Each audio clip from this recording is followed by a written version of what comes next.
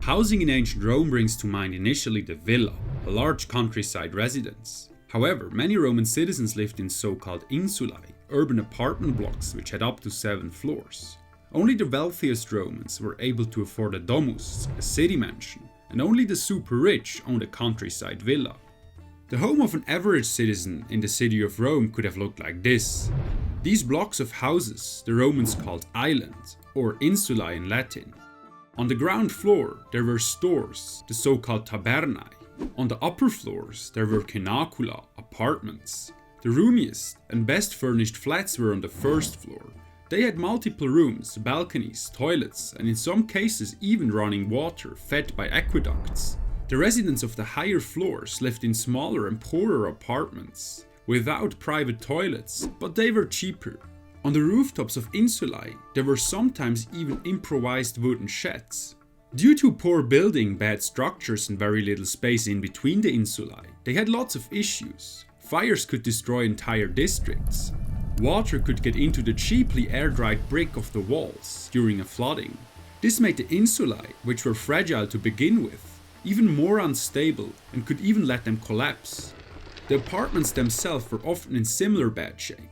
Wind and rain came through the walls, which were full of cracks. Despite these obvious disadvantages, the major part of the urban citizens lived in such insulae. The main reason for this is that the rooms in insulae were rental accommodations. The insulae were originally introduced to handle the enormous and growing population of the city in relatively small and confined spaces. The historian Hannah Platz states that there were 40,000 insulae. In contrast, she estimates that there were fewer than 2,000 domus. These differ from insulae, according to Janet Delane, in that they were privately owned properties. Hence, they were not affordable for most people. But whoever was capable of affording something better than rooms in an insulae would for sure upgrade to a domus. Places of residence were relevant to social status and the self-representation of anyone participating in politics. Appropriate dwellings were simply must-haves when climbing the social and political ladder. Let's have a look at an example from the 1st century BC. Quintus Lucretius Ofella was a well-known general of equestrian rank. In the Roman civil wars, he served under the dictator Lucius Cornelius Sulla and led his men at the siege of Praeneste. He seized the city and presented to Sulla the head of Marius, Sulla's antagonist. Because Ofella played a vital role in Sulla's victory, he gained a lot of money and a massive boost in prestige. Except for his success in battle and his death, we know very little about Ofella. But importantly, Plutarch informs us that he sought to move up in society and pursue a political career. Usually, a political career would have been only an option for Romans of higher birth, i.e. aristocrats with a senatorial ancestry. Although it was possible to advance in Rome without this, it was significantly harder. Those who still managed to do so were called homines novi, new men. The most famous example of a homo novus is Cicero. For Ofella to pursue politics, he would have needed to improve his social standing by quite a margin. Before Sulla's reforms, it would have been unlikely for Ofella to even get a chance. Like many men of equestrian rank, Ofella might have lived in a first-floor apartment of an insula.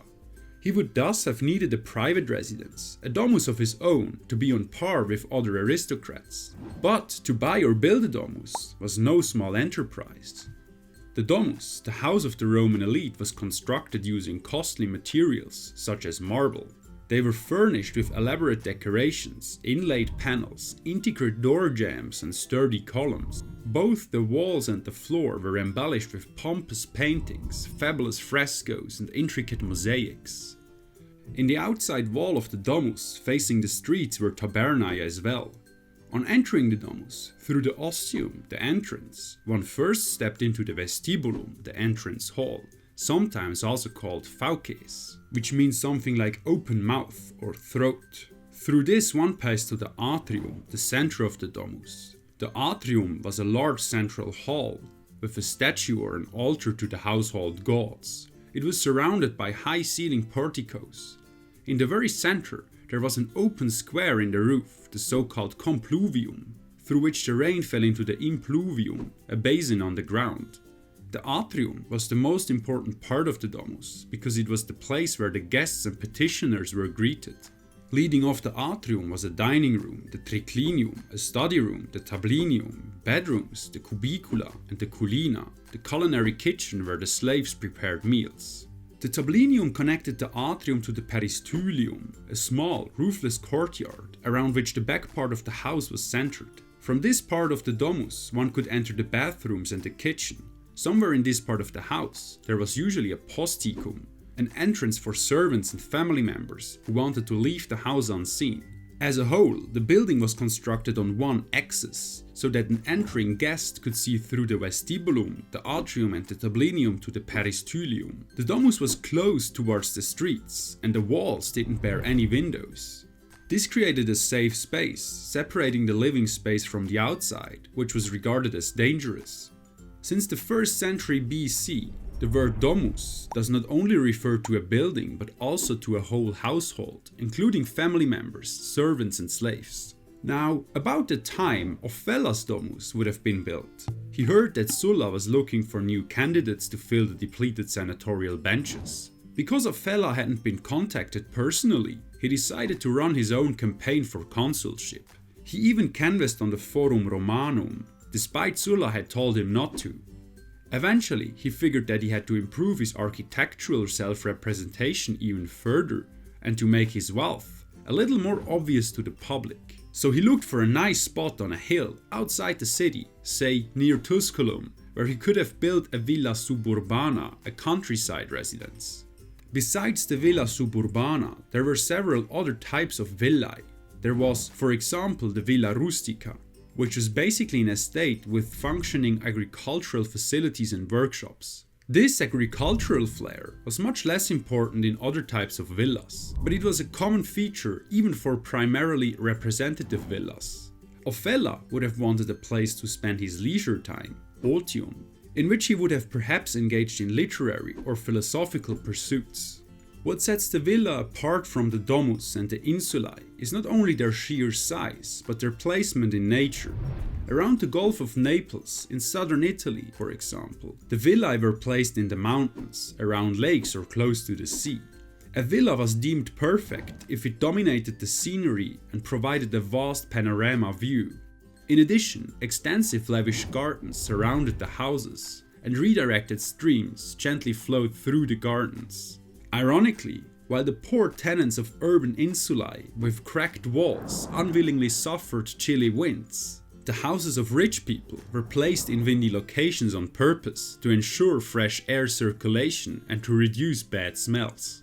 Indispensable to a villa were cryptae, multiple other porticos and a bath.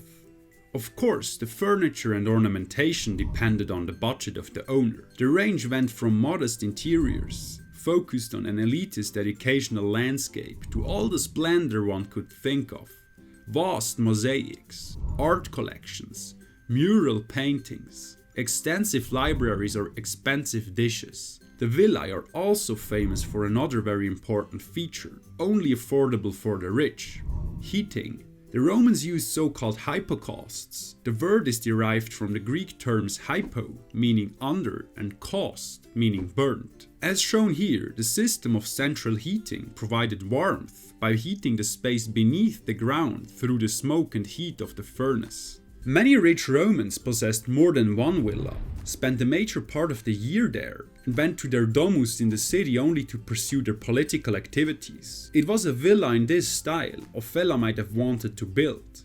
It would have certainly impressed his fellow Romans, but why did it not work out for him? Well, we know from Plutarch that Ofella, while gathering supporters for his election, went to the Forum with a large crowd of followers. Sulla's patience with Ofella and his self-made political advances was wearing thin, very thin. He sent one of his centurions over to Ofella. In front of all the Romans on the Forum, he simply had him slain.